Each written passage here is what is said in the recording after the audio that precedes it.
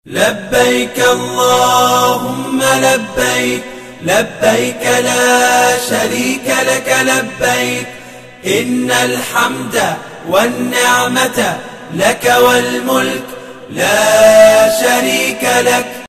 Menuju ke Mekah.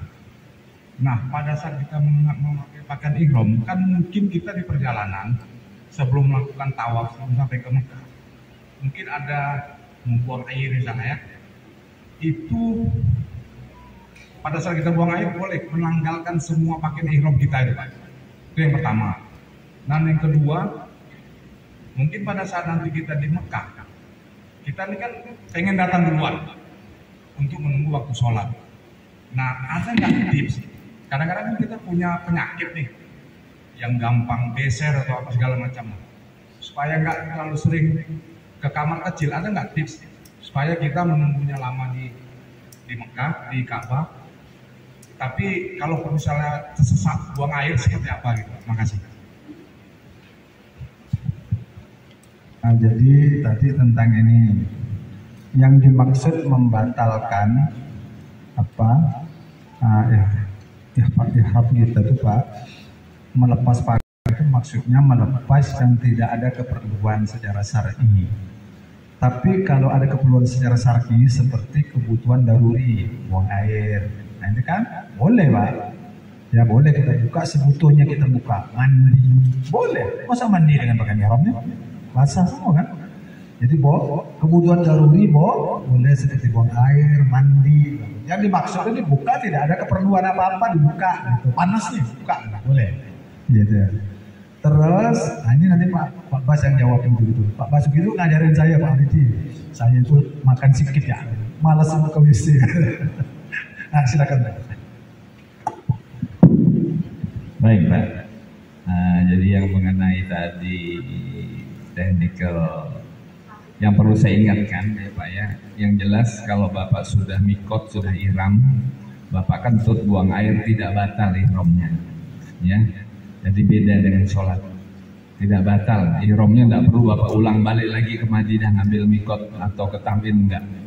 Ya tetap Bapak berlaku yang dijaga hanya larangan-larangan ihram. Larangan-larangan ihram ini beda Bapak dengan Ibu, ya. Kalau Ibu lebih sederhana, pakaiannya bebas, mau putih, mau hitam, tapi jangan mencolok. Yang jadi perhatian. Kalau di Saudi, orang-orang Timur Tengah, orang Arab, perempuannya banyak pakaian hitam.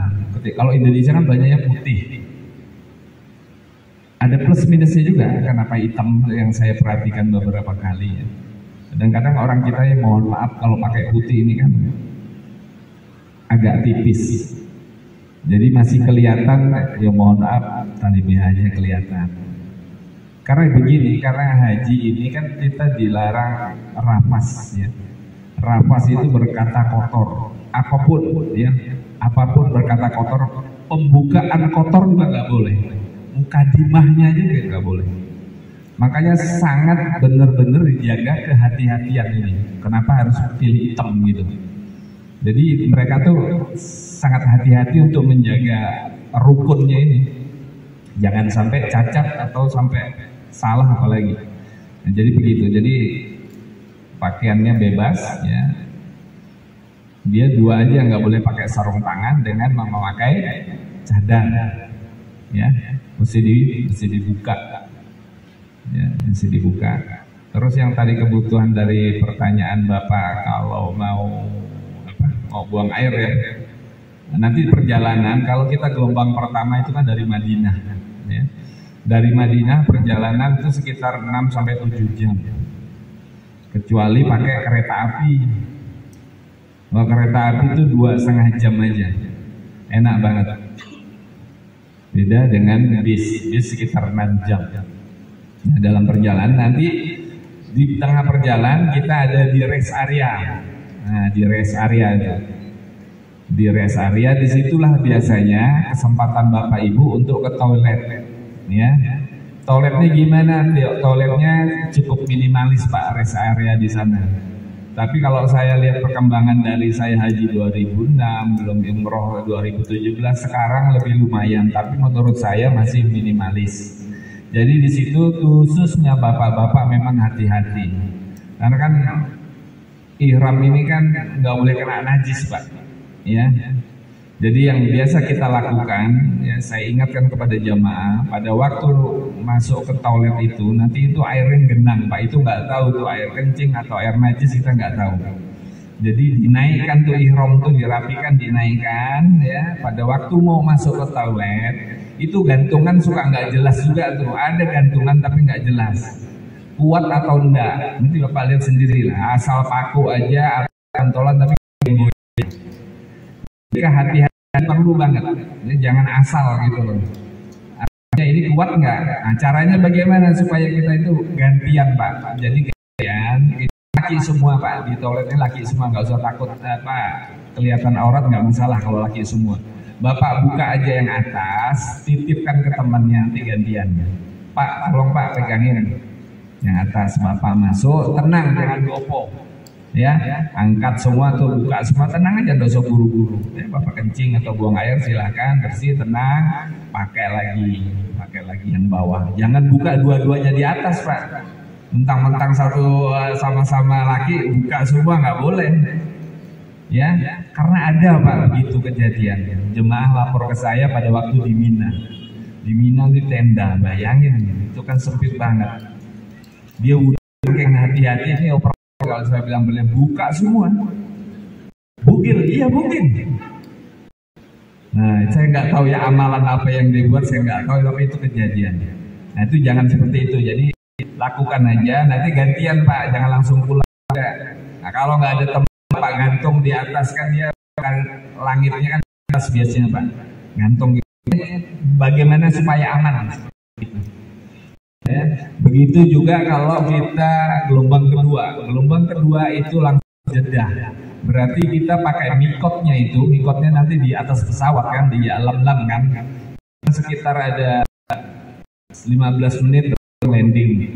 Kalau mau kencing di pesawat juga, lagi di pesawat itu lebih kecil lagi toiletnya.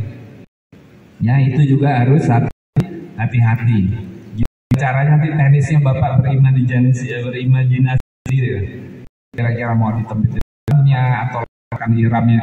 Kalaupun ya sampai kena, dia jalannya dua aja, cuci bersih atau beli baru, boleh. Ya, boleh. Nanti biasanya kalau musim haji dia ada jual tuh. Atau di Bir Ali banyak, kalau di Bir Ali langsung.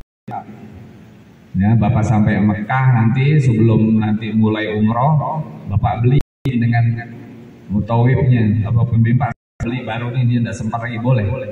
Atau takut ragu, Bapak cadangan bawa dua, asal tidak repot. Di pasar itu bawa dua, ya, bawa dua, ihramnya jaga kalau nanti kena najis, ya. Tapi jangan terlalu ketakutan, malah jadi nanti salah tingkah malah kejadian. Pokoknya waspada aja.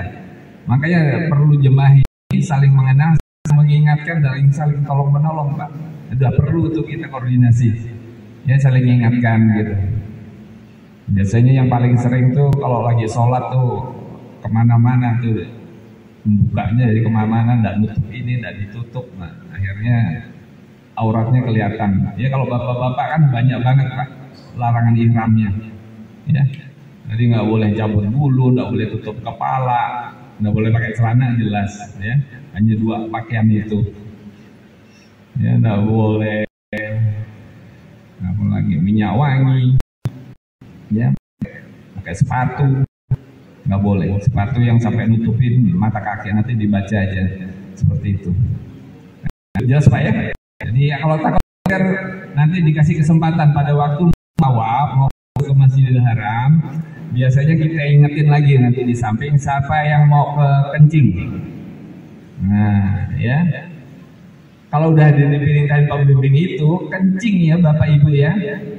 Jangan sampai nanti di pintu mau masuk, izin Pak saya mau kencing, karena kencing ini penyakit menular. Satu kencing, semua kencing. Ya, Jadi kalau udah dituruh membimbing, biasanya kalau saya udah tahu hitungannya, nanti di masjid pertama, masjid kalau kita nganggapnya di sisah itu kan di belakang, nanti di tempat situ tuh tempat berhenti kencing, silahkan kencing. Kencing itu Pak, tempatnya besar. Kalau Bapak masuknya dari situ, keluarnya harus dari situ. Ya, jangan sok yakin. Ini banyak keyakinan orang, banyak kejadian yang sok yakin gitu loh. Saya udah biasa Pak, dulu saya pramuka nih pembina. Biasa Pak, ini hari-hari. Pelacur hilang Pak, 3 hari hilang. Ketemunya di terowongan, ditemukan oleh petugas. Itu kita anggap udah nggak bakal ketemu. Nggak bisa ngomong ketemunya. Ya, jadi jangan sombong. Ikutin aja, samina wa atona. Karena pada haji ini diperlukan kita ketundukan, lepaskan kita punya jabatan yang biasa jadi komandan itu udah buang aja dah. Ikut aja syariat. Ya. Istilahnya jangan sok tahu gitu loh. Kalau pembimbing udah bilang, ikutin aja samina wa atona. Ya. Nah, jadi gitu. Jadi WC-nya tuh banyak. Jangan masuknya dari sini, keluarnya di pasti Bapak salah karena semua pakai ihram. Semua putih. Tapi insya Allah nanti kita pakai sal ya. Sal khusus Muhammadiyah warnanya hijau tua itu ibu mesti pakai. Supaya dari jauh kita kenal teman kita, oh itu teman kita. Sama nanti kalau ada gelang tuh dipakai. Ada badge itu dipakai karena di situ ada alamat, ada nomor telepon, ada barcode. Ya, yang kalau di scanner itu ketahuan alamat ibu, hotelnya di mana. Jadi jangan risih, maka ikutin aja karena suka banyak orang tuh gitu, sok-sok gimana ya. Oh saya sering kok keluar negeri Pak, nggak masalah. Ini beda banget dengan kita jalan-jalan. Jangan sekali-sekali Bapak Ibu menyamakan ibu jalan-jalan ke luar negeri. Beda banget. Hotelnya pun beda, nggak kayak hotel di Mercure. Pelayanannya datang, ya hotel sih namanya. Pokoknya ikutin aja lah, apa yang ada ikutin, ridho aja. Nanti Allah yang atur semua. Tapi kalau Bapak udah banyak protes, banyak melawan, nah biasanya kayak gitu tuh masalahnya dia terus tuh. Iya, yang lain yang tenang lancar aja, tidak ada masalah. Ya, oke. Ada lagi?